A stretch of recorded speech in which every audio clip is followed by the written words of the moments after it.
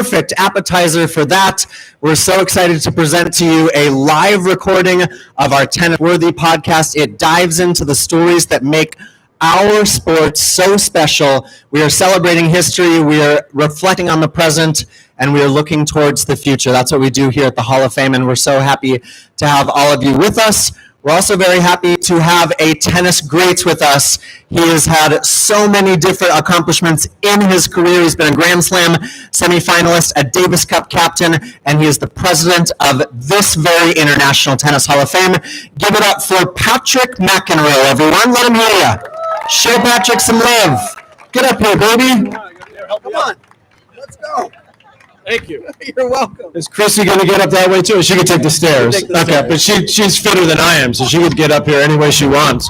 Great to be here, Nick. Thank you so much. He's going to run off to get ready for the tennis, which is going to start a little after 2, about 2:15. So as he said, yes, I am the president of the International Tennis Hall of Fame. I go on a lot of different shows, TV shows sometimes. Of course, I've been with the Hall of Famer. And I said, no. Hold on a second. I'm the president of the Hall of Fame. Okay? I wish I could be a Hall of Famer, but that only goes to the super elite. I do know a guy from my family who's in the Hall of Fame. That would be Mr. John McEnroe, of course. Give it up for him. Why not? And this has worked with myself many years at ESPN, also years way before that at NBC. But she also is in the Hall of Fame as a player, one of the greatest players of all time. Without further ado, let's get her up here. The one and only Chris Evert, everybody. Come on. It's like me. See that? Routine. Chrissy, amazing to see you. Thank you for coming back. You're putting our glasses on? Or well, it is sunny. Okay. I mean, I can, whatever you say. No, you put them on. Whatever you say, I do. I don't need my sunglasses. They're right. smaller than Keep mine. them on. Mine are Anyway, how's it feel to be back? Because you come back quite a bit. By the way, we have the Chris Evert Learning Center, which is over here, which was named last year as part of Team Fame, which is our organization that helps youth in this area, underserved youth. It's a phenomenal place. If you can go check it out. But it's great to have you back, Chrissy. Your Chris Evert Learning Center will be there forever. But how does it feel to come back to Newport? It feels great. I mean, I was here last year during the induction, which was really fun. There's just so much to do. I mean, I don't know where to look. Everything's happening, and the sponsors have been great. But talking a little bit about the Learning Center, they created that last year, and that was the induction of that Learning Center. I think the Hall of Fame has really done a great job in recognizing.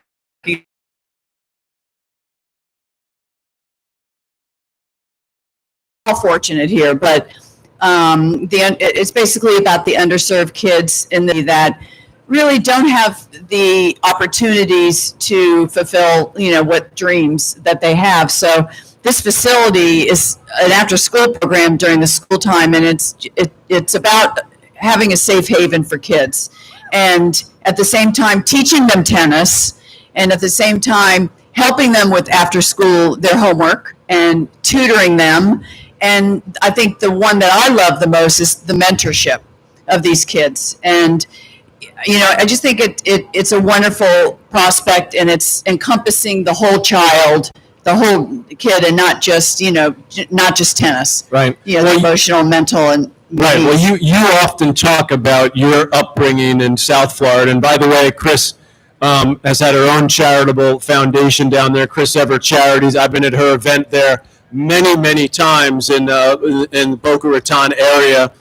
But where you grew up in Hollywood, and you always talked about how, because your dad was your first coach and your siblings played as well, that was your safe haven, going to the park, Holiday Park, where you learned how to play tennis. So I know that's still near and dear to your heart.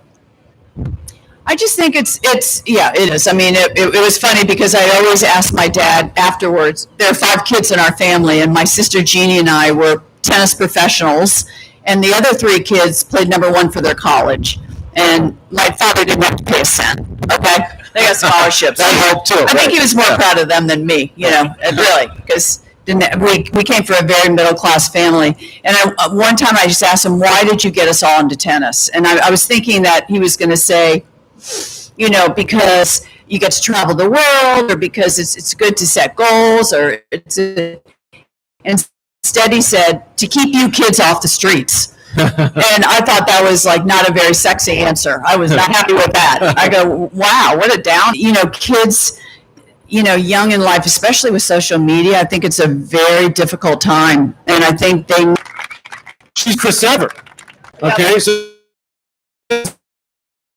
they have to do that, A guy pretty close to me who just kind of shows up and he's like, I'm Johnny Mac, so I'll do whatever I want. Okay. Anyway, you guys are much better ad-libbing and off the cuff. I have to have my notes to study. So this is a roundabout way for me to get to something you mentioned earlier, which is interesting. 13 years of age, but how the game has changed. So to you, watching it and covering it the way we do now, obviously there's more players, but the physicality of the game, right, has changed so much, and the speed of the game has changed. I think is that why it's harder for very young players to break through now to the top? It's become more physical. In my day, it was more technical, and it was enough to be a great tennis player. You didn't necessarily have to be a great athlete. Right. Okay. I was a very good athlete, but I wasn't a great athlete. Okay. So that's, I don't know if that would, if in this day and age I was growing up, I don't have no idea how I would do in this day and age, but I have a pretty good idea. Well, yeah. Okay, well maybe. Number one, okay. But yes, but I think what's interesting is everyone thinks, the rackets, because half my career I used a wood racket and then went to graphite. But I think it's the rackets have changed, but more importantly, I think the strings have changed, because I just used Imperial gut. And now they have all kinds of different guts, and artificial guts, and not artificial, but artificial strings, and I think that's where they're getting more pop. Right. Also, the grip changes. Now they're using the Western grip, getting over and just really putting a lot of spin on it, making the ball heavier. The fitness level has changed. Now the tennis players are training like Olympic athletes. Whereas right. Before we weren't. We were putting in an hour or two in the gym a day, but we didn't have that, Olympic athlete mentality. And they're so strict down to the food, down to the sleep, down to the practice, down to, it's just so much more, I don't want to say professional, but it's so much more intricate now. And it's attention to details. Right.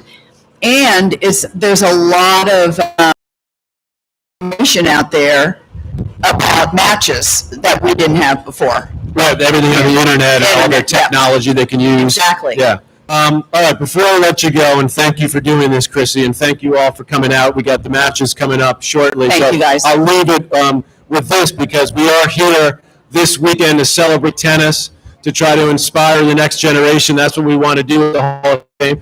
But also, we want to celebrate the inductees that are coming in. So before I let you go, a word from you, Chrissy, about Bob and Mike Bryan. I was lucky enough to be their Davis Cup captain for many years, so they were amazing as players, as competitors, and really as role models. And, of course, Maria Sharapova, who I know you followed for so long, a great player. One of only 10 women is Sharapova, along with Chris Evert, to win every major. Right. And she won the French Open twice. So we'll give it up for them, but just want to hear a couple of thoughts from you on them. Yeah, Bob and Mike, I last night about them. They're the GOATs in doubles. They have won 16 Grand Slams. They've won 483 weeks. They've been ranked number one. Correct. That's a lot. And then I think like 119 tournament wins. Titles, right. Titles. So they're the GOAT. And I think to do it as identical twins makes it even more special. Right. I'm sorry, but to play doubles with your sibling, I don't know if you ever played doubles with your. I did a few times. Okay, yeah. I played doubles with my younger sister, and I'm telling you, when she missed a ball, it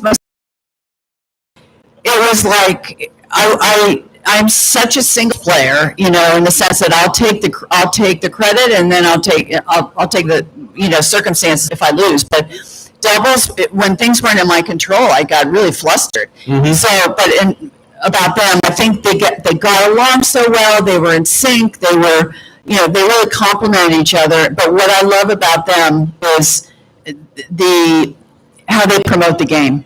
I mean, they are at every tournament promoting tennis. They're really ambassadors, great ambassadors of tennis. So, but their record in itself deserves to be in the Hall of Fame. Maria, I've watched Maria play a lot, and she was mentally the toughest player in her era, and I think one of the best competitors in any era. The way she conducted herself, the sportsmanship, the professionalism, the coolness she showed on the court, and she inspired a lot of young women and girls to play the game of tennis, because she made it okay to be beautiful and elegant out there, but to still be strong and a killer, and competitive. And she was giving a message for women to empower them. This is.